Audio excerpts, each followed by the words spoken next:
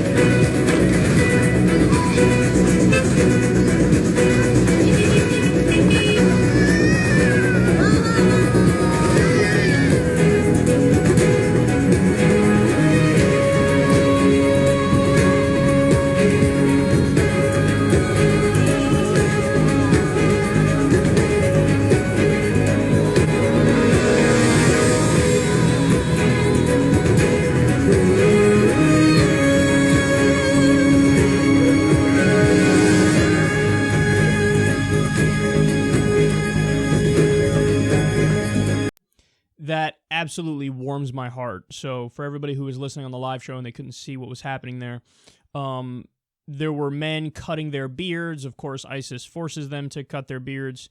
There's other awesome photos of women and men actually smoking cigarettes because naturally ISIS would kill you if you're caught doing any kind of substance, and including cigarettes.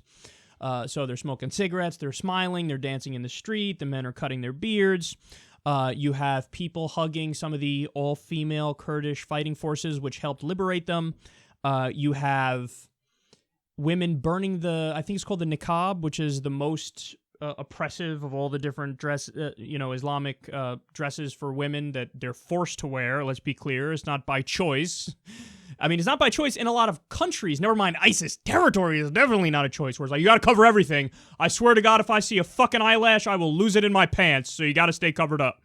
So they're burning that. I mean, it was just, it's scenes of absolute joy. So, look, people feel it. They know it. They get it. This is a terrorist organization. They're immensely oppressive. They're even oppressive by fundamentalist Muslim standards, where you could be uber conservative within Islam, and these guys come along, and all of a sudden you're like, whoa, whoa, whoa, whoa, whoa, what the fuck is going on here? So this is an absolutely fantastic video, and by the way, credit, it wasn't just Kurdish forces, although they played a huge role in this. There were also some Arab forces as well who helped liberate Manbij. And I've said from the beginning, and it's still my position today, I think the U.S. getting involved has oftentimes been counterproductive, and we've done the wrong things, and we've proven over more than a decade we don't really know what we're doing in terms of getting the right outcomes in situations like this.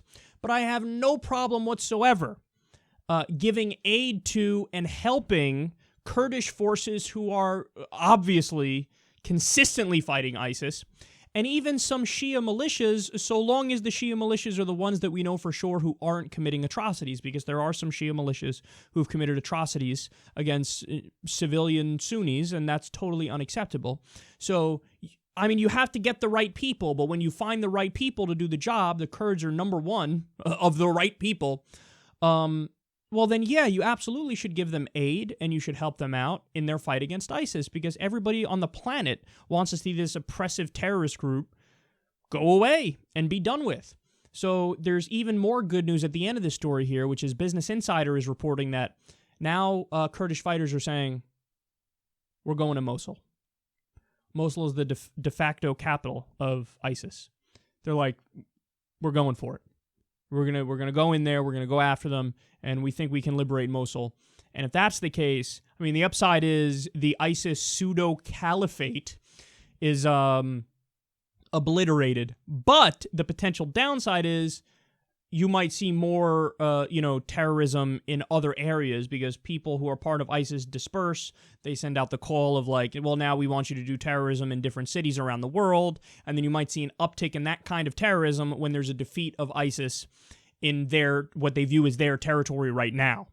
So credit to Kurdish fighters here and to the Arab forces that, beat back ISIS in Manbij, and hopefully they'll have similar success in Mosul. And let's move forward, man. It's a matter of time until hopefully you destroy the united territorial success of ISIS. The ideology is a separate conversation, and we need to beat that ideology in a different way in the realm of ideas and concepts and philosophy and in other ways. But yes, make no mistake about it, there are some people who are TFG, and if they're TFG, what you got to do is, you got to have people who confront them, and it's just got to be the right people at the right time, and you got to do it effectively, and that's exactly what happened here, and credit to the people who liberated Manbij, and I feel great for people who were just liberated.